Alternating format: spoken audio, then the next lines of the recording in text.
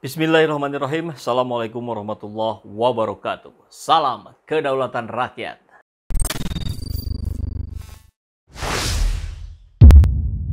Sahabat semua, saya dapat artikel menarik. Awalnya tentu bikin saya kaget.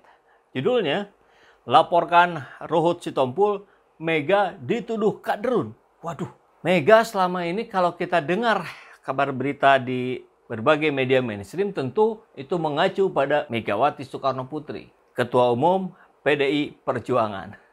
Wah, kok bisa? Kan Ruhut anggota PDIP. Ternyata bukan Mega yang itu. Kita bacakan judulnya. Laporkan Ruhut Sitompul, Mega dituduh kadrun, .2. Saya tantang buktikan hubungan dengan Anies.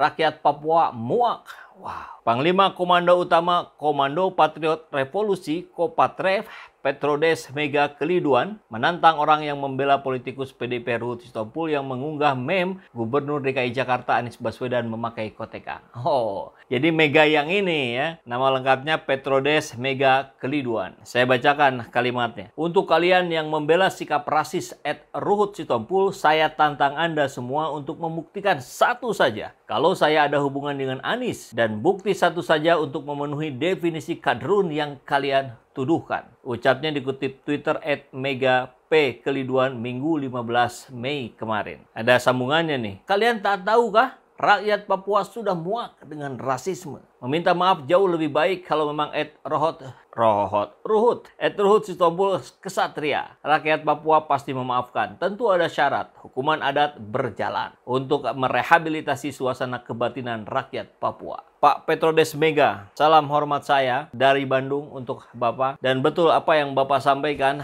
rakyat di Papua sering menjadi sasaran rasis, terutama oleh elit-elit Jakarta macam Ruhut ini. Dan saya mendukung Bapak untuk terus memproses ini ke jalur hukum. Karena orang macam Ruhut ini memang harus diberikan pelajaran. Jangan seenaknya saja berucap. Kegaduhan di negeri ini bukan ditimbulkan oleh rakyat, tapi oleh para elitis di Jakarta. Dan luar biasa, seperti video yang pernah saya sampaikan di beberapa hari lalu, bahkan pendeta pun dianggap kadrun kalau dia membela Anies. Pak Petrodes ini tidak membela Anies. Dia membela adat Papua, dia membela kebudayaan Papua, dia membela harkat dan martabat Papua. Tapi karena kebetulan yang dieditnya gambar Anies, maka dianggap pula kadrun. Aduh, bahkan sempat saya bilang tuh ya semua akan kadrun pada waktunya. Mudah-mudahan ini jadi pelajaran penting untuk kita semua. Agar medsos dipakai bukan untuk mencaci maki. Bukan untuk bertindak rasis. Wahai para elitis di Jakarta, berhati-hatilah. Ini kalau terus-menerus sahabat kita di Papua diperlakukan seperti ini. Mereka minta merdeka gimana? Kan yang repot kita semua. Ya, lantas bicara tentang Aniesnya sendiri, nampaknya beliau masih di Eropa, masih terus berkeliling, diundang ke sana ke sini, menandatangani berbagai kerjasama. Dan salah satunya, ini ada penandatanganan MOU dalam pembiayaan energi baru. Luar biasa ini. As part of our delegation's meetings here in London, and I have actually said a few things earlier, which I thought was the time for remark. Ini kayaknya kalau ngelihat ini kok baru Pak Anies Baswedan yang terus-menerus mendapatkan perhatian dunia, yang terus-menerus menjalin kerjasama dengan kota-kota besar di berbagai negara. Mudah-mudahan ini dicontoh oleh para gubernur lain ya. Ini seperti video ini, kita lihat. Memang kalau kita melihat fenomena dinamika perpolitikan hari ini, rasanya agak sulit untuk mengesampingkan nama Anies Baswedan dalam radar capres potensial. Bahkan ada yang bilang, potensi Anies kalah ada? Ada. Apa itu? Kalau dia tidak nyapres. Maka kita lihat, berbagai orang, berbagai kubu, berbagai kalangan terus-menerus menghantam Anies Baswedan, menjegal dia untuk tidak dicapreskan oleh partai politik. Karena santar kita dengar, Nasdem di bulan depan akan mengumumkan siapa capres yang akan diusungnya. Dan potensinya jelas ke Anies Baswedan. PKS saya kira juga tidak akan lama lagi sama mengusung Anies Baswedan.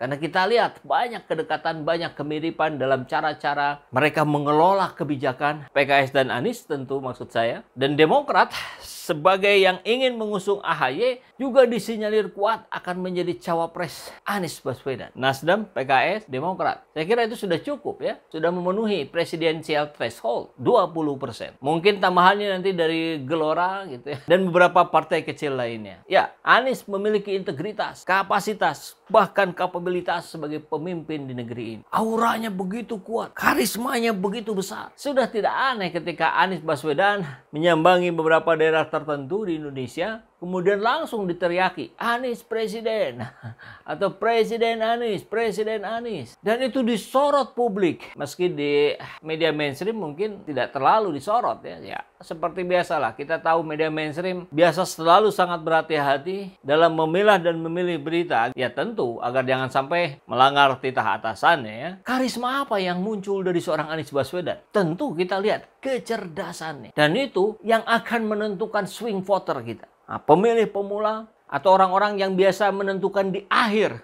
di ujung siapa yang akan dipilih presidennya bukan dari saat ini, maka Anies Baswedan sangat berpeluang untuk mengambil suara dari masa itu. Karena hari ini presiden yang dibutuhkan adalah presiden yang cerdas, bukan lagi presiden yang mengedepankan pencitraan. Dan tentu bukan sekedar kewibawaan, bukan sekedar karisma, tapi ada data yang jelas. Pembangunan Jakarta luar biasa di bawah kepemimpinan Anies Baswedan. Banyak hal-hal baru, banyak pemikiran-pemikiran yang out of the box. Ya kita tahu, ada sirkuit Formula E, ada JIS, taman-taman diperbaiki, layanan transportasi diperbaharui, beberapa angkutan digratiskan. Itu tidak terjadi di era-era yang sebelumnya. Dan hal lain yang menonjol tentu kita tahu, beliau berkomunikasi dengan fasih, baik bahasa Indonesia maupun bahasa Inggris. Yang itu tidak kita lihat di presiden hari ini. Maka saya kira ini antitesis yang luar biasa yang bisa menggait simpati rakyat Indonesia.